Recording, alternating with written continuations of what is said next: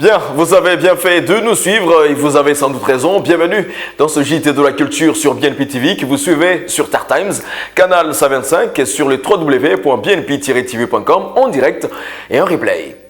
Dans ce JT de la culture, nous vous parlerons du concert de Ali Kiba qui s'est déroulé dimanche dernier à Miami Beach, du défilé de mode organisé par Vénuste Nyongabo lors du dîner d'affaires de la diaspora et enfin, nous parlerons de la formation en technique de sonorisation organisée dans le cadre du projet d'appui au secteur de la culture au Burundi.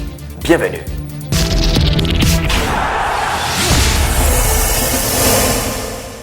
King's Back Concert, c'est le concert qui a été organisé à Miami Beach.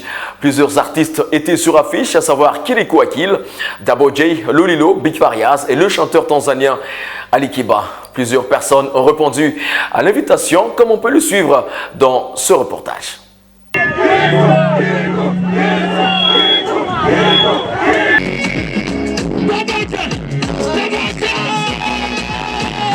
Dimanche dernier a eu lieu à Miami Beach l'événement King is Back concert du célèbre chanteur tanzanien Ali Kiba. Le concert a débuté par la prestation du rappeur Kirikou Akil qui visiblement était content de retrouver son public.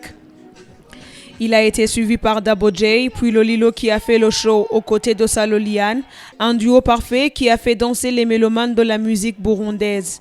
King is Back concert était aussi un succès grâce à la prestation d'Ofizo qui a profité de la soirée pour annoncer la sortie de son clip Omodo Odo et d'une nouvelle chanson avec Jux. C'est vers 22h du soir que l'invité star Ali Kiba est monté sur scène habillé tout en blanc.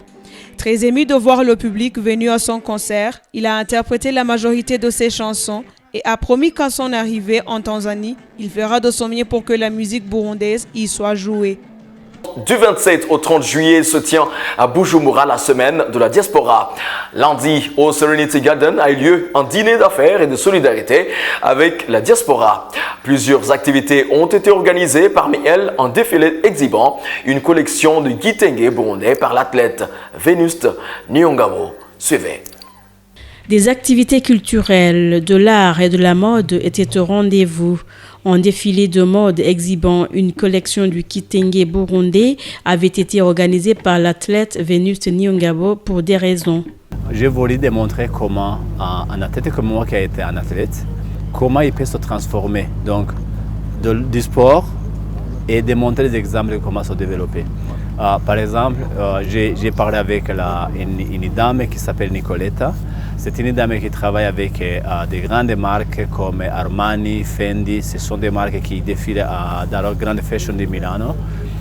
Et elle m'a dit, j'aime ton pays, j'aimerais avoir des tissus de ton pays pour que je démontre ce que je suis capable de faire.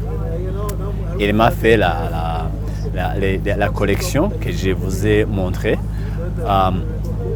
Donc, je vous ai montré cette collection parce que je voulais montrer que le kitenge que nous fabriquons ici au Burundi, il peut être utilisé aussi en Europe. Et nous, il faut que nous soyons jaloux de notre produit local.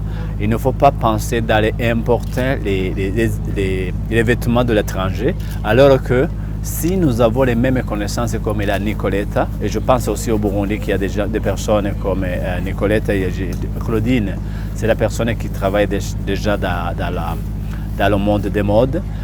Je ferai le plus possible que Nicoletta et Claudine vont travailler ensemble pour créer une collection qui sera vendue à Bujumbura comme il sera vendu en Europe. Vous saurez également qu'il est organisé du 27 au 30 juillet une semaine de la diaspora édition 2021. À la fois artiste, musicien, chanteur, comédien, acteur, écrivain, poète, professeur et formateur sonorisation, Centric Maïtoukou est à Bujumbura pour donner une formation en technique de sonorisation organisée dans le cadre du projet européen d'appui au secteur de la culture au Burundi qui réunit des jeunes burundais techniciens en sonorisation, régisseurs techniques et preneurs de son. Centric Maïtoukou nous parle ici du bilan qu'il fait déjà de cette formation et il est notre invité dans ce journal de la culture. Suivez.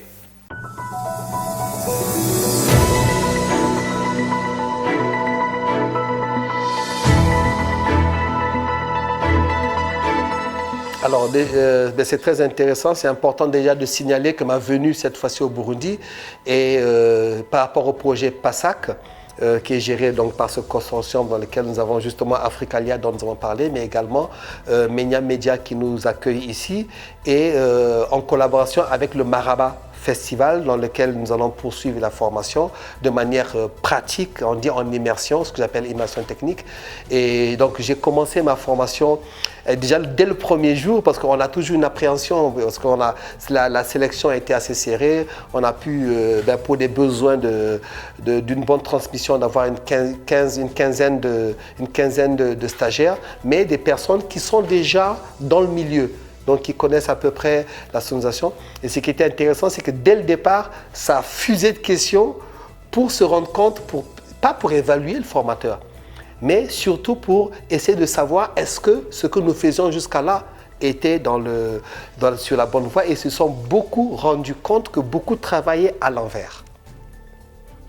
Et donc cette formation, dès le départ, ça nous a permis de pouvoir évaluer le niveau. J'ai toujours besoin, comme je dis, de créer un lien.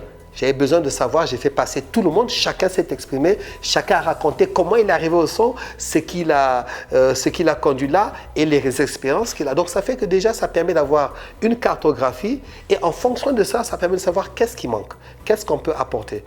Et déjà dès le premier jour, à la fin, on a fait un petit bilan, on leur a donné la parole, mais la plupart ont dit, mais en une matinée, on a déjà beaucoup appris, et on s'est rendu compte qu'on travaillait pour la plupart à l'envers. On avait des préjugés, on se rend compte que c'était exactement à l'opposé de ce qu'on faisait. Et quelle que soit la durée de la formation, elle est peut-être courte, mais justement voilà pourquoi j'ai adopté ce principe d'interactivité, d'échange. J'ai dit que je fais de la formation par compétences, qu'on appelle les ACP. Et par compétence, c'est parce qu'ils ont une expérience, c'est leur expérience sur le terrain, qu'elle soit bonne ou mauvaise, qui va me permettre moi de pouvoir affiner. Et en allant comme ça, on va vite à l'essentiel. Et donc c'est pour ça que c'est une formation qui est beaucoup plus, qui donne beaucoup plus la bonne marge à ceux qui sont déjà sur le terrain. En espérant bien entendu que prochainement, je pourrai revenir faire une formation où on part de zéro pour certaines d'autres personnes, mais même ceux-là me disent, mais non, même si c'est à zéro, nous on reviendra, parce qu'on se rend compte qu'il y a beaucoup de choses que nous n'avions pas, que nous avions sautées.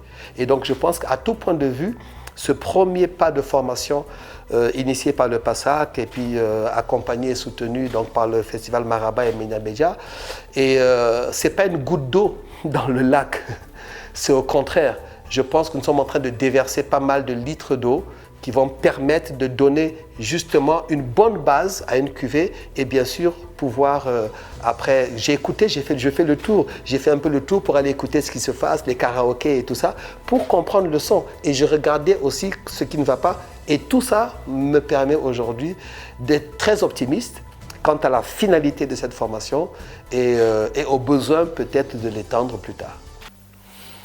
Et c'est donc par ici que nous mettons un point final à ce JT de la culture sur BNP TV. Merci d'avoir été avec nous, et le programme continue sur Star Times, canal 125, et sur les www.bnp-tv.com. Merci et à très bientôt.